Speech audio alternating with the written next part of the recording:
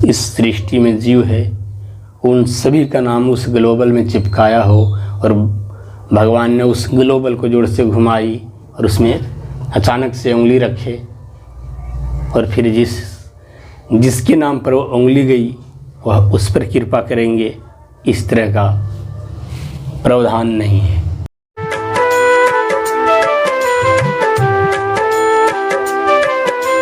नमस्कार मित्रों, मैं उमेश यादव। मेरी माताएं एवं बहनें, मेरे छोटे एवं बड़ों, आप सबों का हमारी आध्यात्मिक नज़रिया में स्वागत है। हम अगली वीडियो में कर्मों के बारे में कुछ संक्षेप से बात कर चुके थे। कर्म प्रधान विश्व चिराखा, जस कर्म करी तस फल चाखा, यानी लगभग हर जगह कर्मों की जलवा होती है। इस रचना में कर्मों की बहुत बड़ी भूमिका है। कर्म प्रबल होता है, कर्मों की बहुत बड़ी भूमिका होती है। आत्माएं जो है ना, एक मेटल की तरह है, जैसे धातु अधातु होता है, लेकिन जब तक उसको सांचा में ना ढाला जाए तब तक वो कुछ नहीं है। जैसे मिट्टी है, धूल मिट्टी इस तरह की। इसलिए कर्मों का ही जलवा है। आत्माएं कुछ करती है, उसके अनुरूप उन्हें कुछ मिलता है और वही चीज़ देखने जैसी होती है या वही चीज़ कारगर होती है। अब बात आती है कि कर्मों की जलवा है तो फिर ईश्वर की, प्रभु की क्या भूमिका है जब सब कर्मों की जलवा है। तो इस रचना में होने वाली तमाम गतिविधियों पर ईश्वर की और कर्मों की क्या भूमिका है, तो अब यहाँ गौर करने की बात है। तो देखिए और सुनिए। मैं कोई गुरु नहीं, कोई कथावाचक नहीं, कोई बाबा नहीं। मुझे बचपन से आध्यात्मिकता में रुचि रही है। मैं एक आध्यात्मिक पथिक हूँ, मैं एक जिज्ञासु हूँ। मैं अपने स्तर की बात अपने अंदाज में कहता हूँ। अब गौर करने की बात है। जीव, कर्म, करतार। जीव ईश्वर का अपना सगा अंश है, लेकिन जीव के ऊपर कर्म है। जीव कर्मों से ढका हुआ है और कर्म को हैंडल करने वाले, कर्म को नियंत्रण करने वाले करतार होते हैं मालिक। जब कर्म अपने स्वभाव से निष्ठुर, निर्लज, निर्मम, निर्दयी होकर, यानी जिसका जैसा कर्म रहता है उसके साथ कर्म उसी तरह के व्यवहार करता है। लेकिन यदि किसी के खराब कर्म रहा, बुरा कर्म रहा और कर्म वहाँ बिल्कुल निर्दयी, निर्मम, निर्लज, निष्ठुर होकर यदि उसके साथ कुव्यवहार करता है और वह जीव, यदि हम कुल मिला के बोलते हैं, यदि वह ईश्वर का भक्त, तो कर्मों का वो जघन्य चोट, वो गहरा चोट पड़ने से ईश्वर रोकते हैं। कर्म और करतार की विश्लेषणता मैं अपने तौर तरीके से कर रहा हूँ। हाँ, एक बात और, मैं ईश्वर बोलूँ तो आप समझिएगा, यानी ईश्वर का मतलब भगवान समझ लीजिए, ईश्वर का मतलब करतार समझ लीजिए। देखिए, अलौकिक दुनिया में दो तरह का ईश्वर होता है। वैसे तो कहा जाता है कि एको ब्रह्म द्वित नास्तिक, ब्रह्म एक हैं, दूसरा नास्तिक हैं। अब इस पर आप जो समझें, लेकिन इस धरा के बाद भी, इस धरा के बावजूद भी, जिसे अलौकिक कहते हैं, पैरानॉर्मल भी, आप पैरानॉर्मल सोसाइटी को जान लीजिए। पैरानॉर्मल सोसाइटी में भी आपको देखने को मिलेगा कि कुछ ऐसे आत्माएं हैं जिसकी थिंकिंग पॉजिटिव होता है। कुछ आत्माएं ऐसे होती है जो चंडाल जैसा होता है, दुष्ट जैसा होता है ना। उसी तरह से अलौकिक दुनिया में भी काल हैं और एक दयाल है। तो मैं दयाल की बात कर रहा हूँ। इस सृष्टि को हम लौकिक मानते हैं, लौकिक कहते हैं, लेकिन इस जहान के बाद जो वो जहान है उसको हम अलौकिक कहते हैं, परलोक कहते हैं। तो वो लोक में भी दो हैं, मतलब आप उसको ईश्वर कहिए या जो कहिए, एक काल और दूसरा दयाल। तो मैं ईश्वर बोलूँ तो आप दयाल समझिएगा। हालांकि दयाल की पूजा या दयाल की उपासना हर कोई नहीं कर पाता है, क्योंकि उसके बीच में भ्रांतियाँ आ गई है, वो भ्रम ज्ञान में पड़ चुके हैं।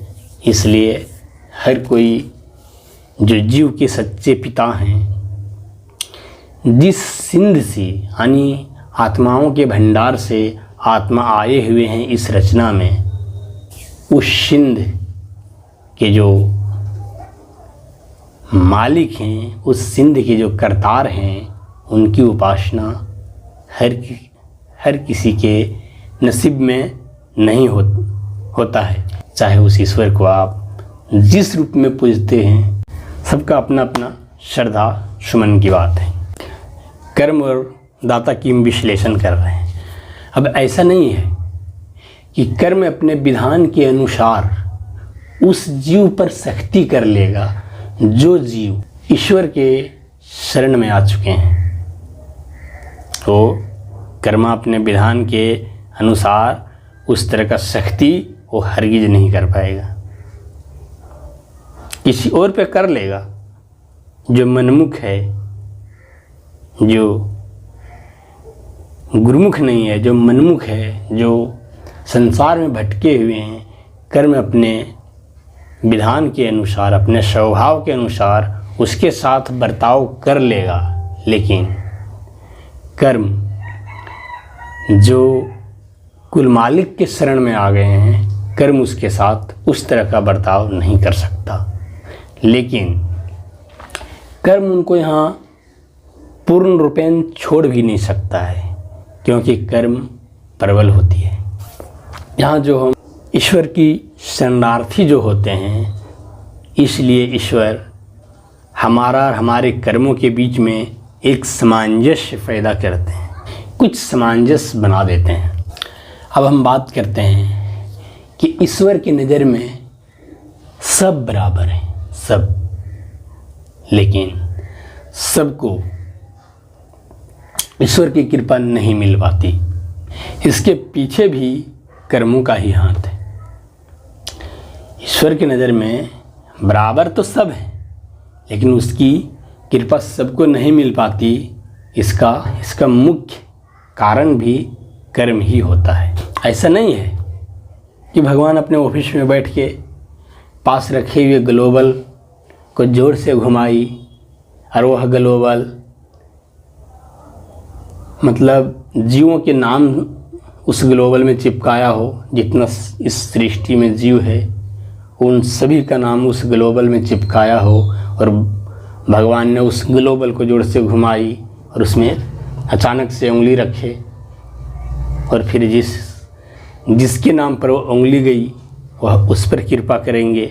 इस तरह का प्रावधान नहीं है, इस तरह का कोई नियम नहीं कि इस हिसाब से भगवान या मालिक जीवों पर दया करते हैं। तो ऐसा बात नहीं है। जीवों पर वो दया करते हैं, उनके नज़र में सब जीव बराबर हैं, लेकिन सबकी कृपा उन्हें नहीं मिल पाती है। इसके पीछे जो कर्मों की हाथ है वो ऐसा है कि ऊपर वाला देखते हैं, और जिसकी कर्म अच्छा होता है, ईश्वर की अच्छी वाली दृष्टि भी उन्हीं पर पड़ती है। यदि कभी प्रभु से मिलने के लिए किसी जन्म में, मनुष्य जन्म में प्रभु से मिलने के लिए तड़प गया हो और रो गया हो, और उसके तमाम बुरे कर्मों ने उसे 84 में खींच ले गई, लेकिन ईश्वर की दृष्टि, ईश्वर की दया करुणा से वो वंचित नहीं रहेगा, उसको कभी न कभी खींच लेगा। लेकिन कभी कभार ऐसा भी होता है कि कहीं भक्ति, कहीं सत्संग, कहीं उपासना, यज्ञ या इसी तरह का कोई चीज़ हो रहा हो तो वहाँ के उस वातावरण में, उस वातावरण के तमाम जीवचर को,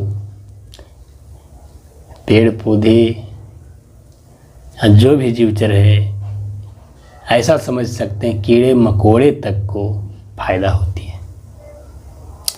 ईश्वर की कृपा प्रदान होने के अवसर बनता है। अब इसके पीछे अब उन वातावरण के जीवों को इससे जो फायदा हुआ, इसके पीछे उन जीवों के प्रारब्ध कर्मा का कमाल है या ये प्रभु की लीला है, या प्रभु की लीला है, ये प्रभु जाने। इसके बारे में हम नहीं बता सकते हैं। लेकिन और जगह जो ईश्वर की कृपा जो होती है वो ज़्यादातर कर्मों के ही आधार पर होता है। आज हम कर्मा और करतार के अहमियत की बात कर रहे हैं।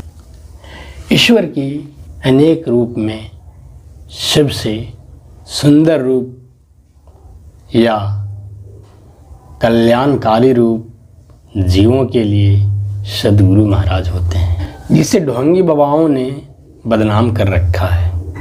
और सद्गुरु महाराज ईश्वर से मोक्ष के पर्पस में जीवों को जोड़ते हैं, और ईश्वर जीवों के लिए, जीवों के मोक्ष के लिए क्या क्या नहीं करते, सब कुछ करते। यदि कोई जीव ईश्वर की ओर बढ़ना चाहे तो ईश्वर उसको उतना ही खींचते हैं। चलिए अब कुछ कहानी सी बातों पर आते हैं। एक व्यक्ति का मन होता है भक्ति करना, भक्ति की ओर चलना, सतपथ की ओर चलना। वो चल पड़ता है बहुत ज़ोर से, बहुत ज़ोर पुरजोर लगन के साथ वो भक्ति उपासना करने लगते हैं, वो सत्संग करने लगते हैं, सेवा करने लगते हैं। सद्गुरु से उन्होंने उपदेश भी ले लिया, वो ध्यान सुमिरन भी करने लगा। लेकिन उसके पिछले जन्म में बहुत तो पाप कर्म कर चुका था, बहुतों की हत्या कर चुका था, बहुतों का बलात्कार कर चुका था। मतलब ऐसा कहें कि बहुत पाप कर चुका था। लेकिन उन्हीं जन्मों में उन्होंने कुछ अच्छा कर्म किया था, जिसकी वजह से इस जन्म में उसे भक्ति करने की शौक पैदा हुई, इच्छा प्रकट हुआ, और वह पुरजोर से भक्ति उपासना करने लगा। अब सवाल आती है कि उसने हजारों को मारा, लूटपाट की, हत्या की, बलात्कार की, तो और ये सब तो किया, लेकिन इस जन्म में वो पुरजोर भक्ति भी कर रहा है। अब सवाल आती है कि उसका मोक्ष कैसे होगा। कर्मों की इस सृष्टि में न्यायिक प्रोटोकॉल कहिए, न्याय प्रणाली कहिए, इस सृष्टि के न्याय प्रणाली में ऐसा विधान है कि जो जैसा करता है उसको उस तरह की फल भुगतना पड़ता है। तो बताइए कि वो व्यक्ति भक्ति पूरी मन से कर रहा है, पूरी ध्यान से कर रहा है, लेकिन उसको मोक्ष कैसे मिल सकता है? उसने तो हजारों हजारों का हत्या किया है, लूटपाट बलात्कार किया है, और हर कोई जब उससे बदला लेगा तो न जाने उसको कितने जन्म लेने होंगे, तब जाके वो चुकती होगा। और उसमें भी जो उससे बदला लेगा वो भी 84 के किसी चक्कर में है, किसी वानी में है। कोई घास फूस, कोई हिरन बकरी खरगोश किसी में भी है। यदि मनुष्य जन्म में होता वो सब, तो एक आदमी बदला लेगा, 2 आदमी बदला लेगा, ज़्यादा सब कैसे लेंगे। यानी कहने का तात्पर्य है कि वो बंदा सब कर्मों की भुगतान करने में ही उसका युगों तक लग सकता है, तो उसका मोक्ष कैसे होगा। तो यही सब चीज़ों को करतार मालिक हैंडल करते हैं, सेटलमेंट करते हैं, और कहीं मैनेज करते हैं। कर्म तो जिसका रहता है उसको लगभग भुगतना पड़ता है। कुछ कर्म ईश्वर जो हर किसी के लिए डिस्काउंट करता है, हर किसी के लिए जो रिहाई करता है, वो तो उसका भी हो जाता है, लेकिन सारा का सारा कर्म नहीं होता, कर्म को भुगतना पड़ता है। अब एक भजन है, एक गाना है, आप सुने होंगे। सब खेल तुम्हारे खेले हैं, जग कहता है खेल नसीबों का। सब खेल तुम्हारे खेले हैं।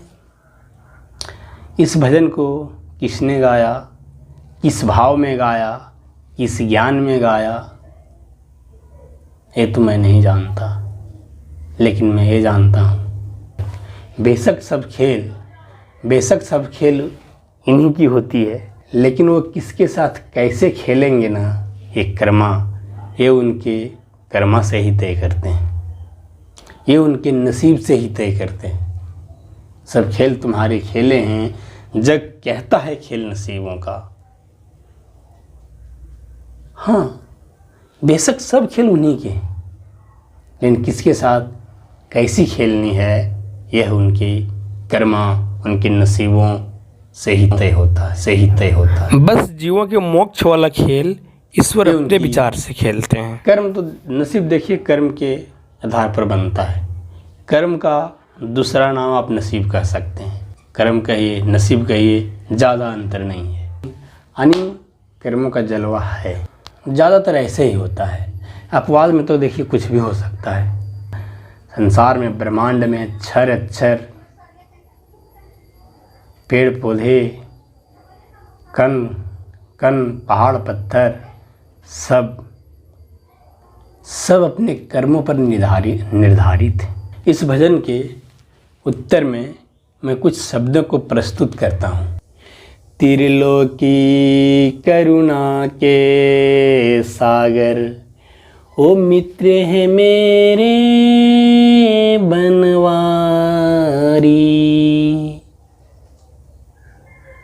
भाग्य में है जब दरिद्र हमारे, क्या करे प्रभु हितकारी हो, क्या करे प्रभु हितकारी। यानी यदि सब खेल तुम्हारे खेले हैं, जग कहता है खेल नसीबों का। यदि यही वाला बात, ये कथन यदि पूर्ण तरह से सत्य है, कर्मों का कोई हाथ नहीं, सब खेल उन्हीं का है, तो बताइए भगवान को अपने मित्र के साथ ऐसा खेल खेलना चाहिए क्या? ऐसा खेल खेलना ज़रूरी था? ऐसा खेल क्यों खेले? क्या देखकर खेले? एक और चौपाई है, राम बैठे झरोखों में सबकी मुजरा लेत, जिसकी जैसी करनी उनको वैसा देत। यानी कर्मों की जलवा है। मैं ये नहीं कह रहा हूँ कि ईश्वर की कोई योगदान नहीं, सब कर्मों का ही है योगदान, तो ऐसा भी नहीं है। लेकिन ऐसा भी नहीं कि कर्मों का योगदान नहीं, हर जगह कर्मों की योगदान है, कम या ज़्यादा, लेकिन है। आज हम कर्म और करतार की बात कर रहे हैं। एक मशहूर गायक विनोद अग्रवाल जी क्या खूब गाए। मैं गमों के धूप में जब तेरा नाम लेके निकला, तेरी रहमतों की छाया, ये करम नहीं तो क्या है, तेरी रहमतों की छाया, ये करम नहीं तो क्या। हम सेवा, सत्संग, गुरु भक्ति वाला कर्म जितना करेंगे, यानी सद्कर्म हम जितना करेंगे, उतना ही प्रभु भी हम पर कर्म करेंगे, जिसे हम दया, करुणा, कृपा के नामों से संबोधित करते हैं। यानी वो भी कर्म ही, उनका किया हुआ कर्म दया, करुणा, कृपा के नाम से संबोधित किए जाते हैं, लेकिन हमारा कर्म के ही नाम से जाना जाता है, कहा जाता है।